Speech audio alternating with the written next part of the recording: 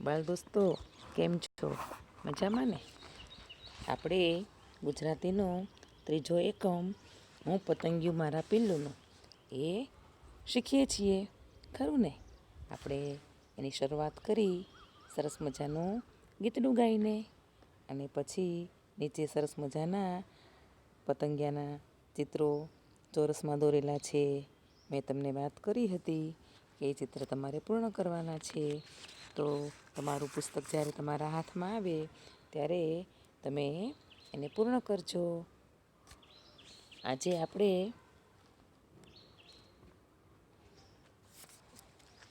એક સરસ મજાની જે વાર્તા વાંચી હતી ને એના વિશે વાતચીત કરવાની છે. એ વાતચીત પાના નંબર 35 પર આપેલી છે. એ વાતચીત આપણે કરીએ.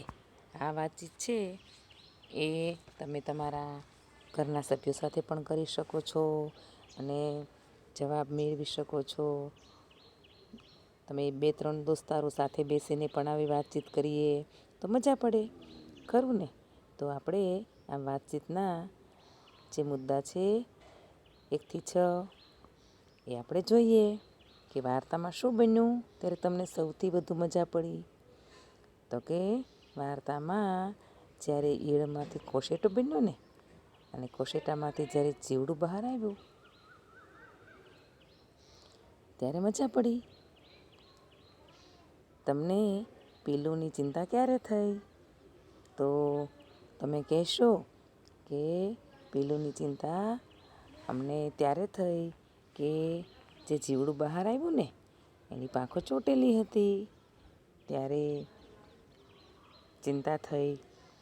દ્વિજ એવા ઈંડાવાળું પાંદડું ઘરમાં લાવ્યા ત્યારે તેમના મમ્મી પપ્પાએ તેમને શું કહ્યું હશે? તમારે ઈયળને સાચવવાનું થાય તો તમે તમારા ઘરમાં ખોખું ક્યાં મૂકો? કેમ? એ તમારે વાતચીતમાં એકાબીજાને કહેવાનું છે. ચાલી બતાવો. તો આમાં તમારે એવો અભિનય કરવાનો છે કે ઈયળની જેમ ચાલી બતાવો, સાપની જેમ ચાલી બતાવો, અળસિયાની જેમ તમે ચાલી બતાવો. આપણે ખબર છે ને કે જ્યારે રમત રમીએ ત્યારે દેડકા દોડ રમીએ છીએ, 2 પગી દોડ કરીએ છીએ, તો એની જેમ આપણે ઈયળની જેમ ચાલતા હોઈએ તેવો અભિનય કરવાનો છે. સાપની જેમ અને અળસિયાની જેમ ચાલતા હોઈએ ને એવો અભિનય કરવાનો છે, બરાબર ને?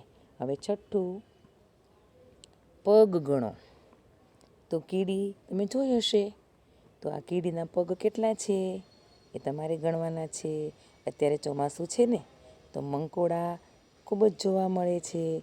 તો મંકોડો તમે જુઓ એને કેટલા પગ છે એ તમે ગણો. વંદો, તો વંદો તમે પણ જોયો હશે. વંદાથી બધા બાળકોને ડર લાગે, ખરું ને? પણ વંદો જુઓ ને ત્યારે તમારે એના પગ કેટલા છે એ પહેલાં જોવાના છે અને પછી ગણવાના છે. પતંગિયું, તો પતંગિયાને પગ હોય છે તો કેટલા છે એ પણ તમારે ગણવાના છે. કાન ખજૂરો, કાન ખજૂરાના તો કેટલા બધા પગ હોય ભાઈ. તમે ગણવામાં પણ વાર લાગે.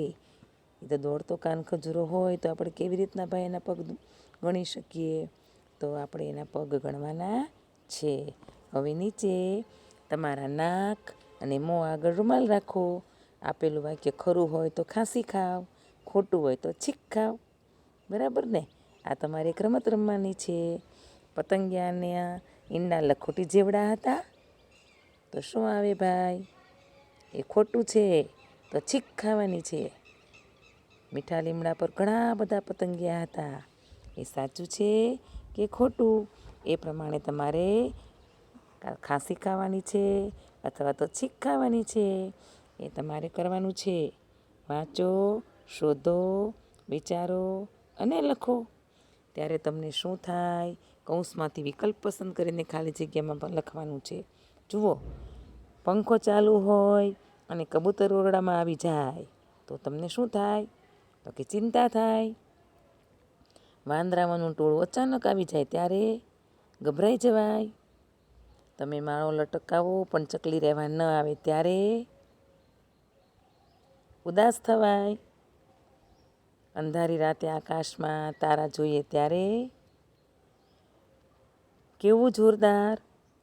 જુદા જુદા રંગના ફૂલ ખીલેલા જોઈને કેટલું સુંદર! આ તમે આ ખાલી જગ્યાની અંદર લખજો, બરાબર ને? હવે આપણે પાના નંબર 36 પર જોઈએ. પ્રશ્નોના જવાબ લખો. લીમડાના પાન પર કાણા કેમ હતા? તો તમે કહેશો કે લીમડાના પાન પર ઈયળ હતી અને આ ઈયળ છે એ પાન ખાતી હતી, એટલે લીમડાના પાન પર કાણા હતા. ઈવા કેમ ઉદાસ થઈ ગઈ? ઈવાએ જ્યારે ઈયળને ન જોઈ ત્યારે તે ઉદાસ થઈ ગઈ. ધક્કો લાગવા છતાં પાંદડા પરથી ઈંડા પડી કેમ ન ગયા? કારણ કે ધક્કો લાગવા છતાં પાંદડા પરથી ઈંડા એટલા માટે ન પડ્યા કારણ કે પાંદડા સાથે ચોંટેલા હતા. દ્વિજ અને ઈવા ક્યારે ક્યારે પીલુંની સંભાળ લેતા? તો આ જવાબ તમારે આ વાર્તા વાંચી અને એમાંથી મેળવવાનો છે. એક બે જવાબ મેં તમને કહ્યા, એ પ્રમાણે તમારે વાર્તા વાંચી અને એમાંથી જવાબ મેળવવાના છે. આપેલા વાક્ય પરથી પ્રશ્નોના જવાબ લખો. બીજી સવારે ઉઠતા વેત બંને મીઠા લીમડા પાસે પહોંચ્યા. બંને એટલે કેટલા વ્યક્તિ? તો તમે કહેશો કે 2 વ્યક્તિ. મીઠા લીમડા પાસે કોણ પહોંચ્યું? આ લીમડાના પાનનો સ્વાદ કેવો હશે? ભાઈ બહેન લીમડા પાસે ક્યારે પહોંચ્યા? તો તમારે નામ, સ્થળ અને સમય આ ખાનાની અંદર લખવાના છે. તમને ન ફાવે તો તમારા વડીલની, મોટા ભાઈ બહેનની મદદ લેજો, બરાબર ને? તે પાંદડાવાળી ડાળખીને ધક્કો લાગ્યો એટલે બંને જણને ચિંતા થઈ કે ઈંડા પડી જશે. બંને જણ એટલે કોણ? તો તમારે ભાઈ બહેનના નામ લખવાના છે. ઈંડા ક્યાં હતા એ તમારે લખવાનું છે. હવે આગળના પાના પર તમે જુઓ, બંને કઈ વાતે ગભરાયા? ઈંડાની ચિંતા કોને થઈ? હવે આપણે અહીંયા ઈયળ, કોશેટા અને પતંગિયા વિશે પાઠમાં આવતા 2 વાક્ય શોધી અહીં લખવાના છે. ઈયળ, કોશેટો અને પતંગિયું 2 વાક્ય તમારે અહીંયા આ જે વાર્તાની અંદર આપ્યું છે ને એમાંથી તમારે લખવાનું છે, બરાબર ને? હવે યોગ્ય રીતે જોડકા બનાવો. આમાં તમારે યોગ્ય રીતે જોડકા બનાવવાના છે. નીચે ચિત્ર આપેલું છે, તો ભાઈ પહેલાં શું આવે પછી શું આવે એ તમારે જોવાનું છે. કે ઈંડા છે તો ઈંડામાં કયો કલર છે? તો કે ગ્રીન. પછી ઈંડામાંથી ઈયળ બને છે તો કેવો કલર છે? તો મહેંદી કલર છે. તો ઈંડા સામે ગ્રીન. એવી રીતના તમારે નીચેના જોડકા વિચારીને જોડવાના છે. પતંગિયું છે એ ક્યારે તૈયાર થયું? તો પતંગિયામાં કેવો કલર છે? જુઓ, બ્લુ છે. એ બ્લુ કલર સામે તમારે એ તીર દર્શાવવાનું છે. અને કોશેટો છે એ પીળા કલરનો છે, બરાબર ને? ઈંડા સામે બરાબર એ જ કલર છે એટલે એમાં તીર સામે દર્શાવવાનું. ઈયળ સામે પણ એ જ કલર આપેલો છે. તો આ પ્રમાણે તમારે જોડકા કરવાના છે. હવે આપણે પાછળ જોઈએ. પાછળ વાર્તા પ્રમાણે વાક્યનો ક્રમ ગોઠવવાનો છે. તમને અહીંયા 5 વાક્ય આપેલા છે. લીલા પાંદડા પર પીળા ઈંડા હતા, એ પહેલું વાક્ય આવશે. પાંદડા ખાઈને પીલું જાડો પાડો થઈ ગયો, એ બીજું વાક્ય આવશે. કોશેટો ચૂપચાપ કડક થઈને પડી રહેલો, એ ત્રીજું વાક્ય આવશે. દ્વિજે ઈયળનું નામ પાડ્યું, એ ચોથું વાક્ય આવશે. અને પીલું ઉડી ગયું, એ 5મું વાક્ય આવશે. અહીંયા જે વાક્ય આપેલા છે ને એ ભાઈ આડાવડા છે. તમારે વાર્તા પ્રમાણે મેં કહ્યું તેમ ક્રમ ગોઠવવાનો છે. રીડિંગ ક્રિકેટની રીતે પ્યારા પિલ્લું વાંચો. તમારે પ્યારા પિલ્લું જે અહીંયા પાઠ આપેલો હતો ને એ તમારે વાંચવાનો છે. અને ચાલો ગાઈએ ગીતડું, પતંગિયાને આંગળી અડાડશોના ભાઈ, એ ગીત આપણે એકવાર હજી ગાવાનું છે. તો તમે મારી સાથે ગાજો. પતંગિયાને આંગળી અડાડશો ના ભાઈ, પતંગિયાને આંગળી અડાડશો ના ભાઈ. નર્યું નાજુક છે નાનું, મીઠડું મીઠડું અને મજાનું, અડવા જશો ના લલચાય, પતંગિયાને આંગળી અડાડશો ના ભાઈ. ભલી ભોળી છે શી આંખ, રંગ રંગ રૂપાળી પાંખ, રૂડા રંગોની છાંટ કેવી છવાય, પતંગિયાને આંગળી અડાડશો ના ભાઈ. ફૂલોથી ફૂલે ફરી ફરીને, બેઠું જોને જરા ઠરીને, જોયા કરો ધરાય ધરાય, પતંગિયાને આંગળી અડાડશો ના ભાઈ. આ ગીત તમે સરસ રીતે સાંભળ્યું હશે અને મારી સાથે ગાયું પણ હશે. હવે આપણે એના જેવું જ એક બીજું ગીત ગાવાનું છે. અમે અમે વન વનના પાન થઈ ફરકી રહ્યા, અમે પંખીના ગાન થઈ મરકી રહ્યા, અમે દરિયામાં વાણ થઈ માલી રહ્યા, અમે ઉડતા પતંગિયાને ઝાલી રહ્યા, અમે દરિયો થઈ આભને પંપાળી રહ્યા, અમે તારેલા ઉગાડનાર માળી થયા, અમે વાદળ થઈ ધોધમાર વરસી રહ્યા, અમે ધીંગા તોફાન માટે તરસી રહ્યા, અમે રજાઓના તંબુને ડેરા કર્યા, અમે શંખલાને છીપલાઓ ભેગા કર્યા, અમે પહાડ અને ટેકરીઓ ઘૂમી રહ્યા, આ ફૂલો અમારી જેમ ઝૂમી રહ્યા. આ સરસ મજાનું ગીત સુરેશ દલાલે લખેલું છે. તમે પણ મારી સાથે આ ગીત ગાયું હશે. અને હવે આપણે આગળ જોઈએ વાતચીત. ગીત ગાયા પછી આપણે આમાં વાતચીત કરવાની છે કે આમાં બાળકો શું શું થાય છે. તો કે પાન થાય છે, પંખીના ગાન થાય છે, દરિયાના વહાણ થાય છે, ઉડતા પતંગિયા થાય છે,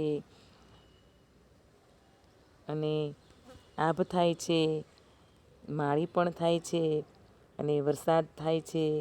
ધીંગા મસ્તી કરતા બાળકો તોફાન માટે તરસી રહ્યા હોય એવું લાગે છે. રજાઓના તંબુ થાય છે, શંખલા અને છીપલાઓ ભેગા કરવા નાના નાના બાળકો બને છે, અને પહાડ અને ટેકરીઓ ઘૂમે છે. આમાંથી શું થવાનું તમને સૌથી વધુ ગમે છે? તો આમાંથી સૌથી વધુ ગમે છે તમને એ તમને ગમતું હોય એ લખવાનું છે. આમાંથી શું કરવાનું તમને સૌથી વધુ ગમે? તમે બાળકો કહેશે કે અમને તો ભાઈ ધીંગા મસ્તી કરવી વધારે ગમે, શંખલાઓને છીપલા વિનવા પણ ગમે. બરાબર ને? હવે જૂથમાં બેસો અને કહો. આપણે અત્યારે જૂથમાં તો બેસવાનું નથી. તમને ખબર છે કોરોના છે એટલે જૂથમાં નથી બેસવાનું. જ્યારે આપણે જૂથમાં બેસીએ ત્યારે આના વિશે ચર્ચા પણ કરીશું. અત્યારે તમારે તમારા ઘરની અંદર થોડા થોડા અંતરે બેસી અને એકાબીજાને કહેવાનું છે. તમે એક જ જો ત્રીજું ધોરણ ભણતા હો તો તમારા ભાઈ બહેન હોય ને એની સાથે બેસી અને આ વિશે આપણે ચર્ચા કરીશું. કહેશું કે તમે નદીએ, દરિયા કિનારે, ગોત્રોમાં, રણમાં, ખેતર અને વાડીએ ક્યાં ગયા છો? એકાબીજાને પૂછવાનું છે. ત્યાં તમે શું જોયું? ત્યાં જઈ તમે શું કર્યું? તમને શાની મજા આવી હતી? આ વિશે તમારે એકાબીજા સાથે વાત કરવાની છે ને કહેવાની છે. વાંચો, શોધો, વિચારો અને લખો. ગીતમાં આવું કોને થાય છે? ગીત ગાવાની અમને મજા પડી? એ તમારે કોને એવું થાય છે એ લખવાનું છે. પછી અમારું વજન ઓછું થઈ ગયું, અમે નાના મોટા તારા ઉછેર્યા, પવન આવતા અમે નાચવા લાગ્યા, અમે ખિસ્સામાં શંખ અને છીપ ભર્યા. હવે સરખા ઉચ્ચારવાળા શબ્દની જોડ લખો. ફરકી મરકી, માલી જાલી, પંપાળી માળી, વરસી તરસી, ડેરા તો ભેગા, ઘૂમી ઝૂમી, આમ લખવાનું છે.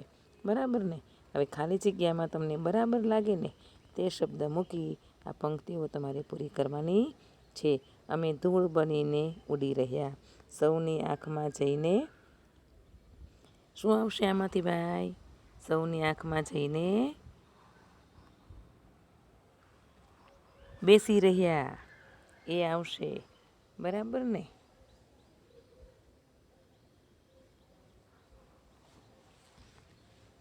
હવે આપણે આજે આટલું ભણ્યા તે તમારે બરાબર યાદ રાખવાનું છે. હવે આપણે ફરી મળીશું. આમાં તમને ન આવડતું હોય, ન સમજાતું હોય તો તમારા મમ્મી પપ્પા અથવા મોટા ભાઈ બહેન સાથે બેસી અને સમજજો. બરાબર ને? ચાલો આવજો.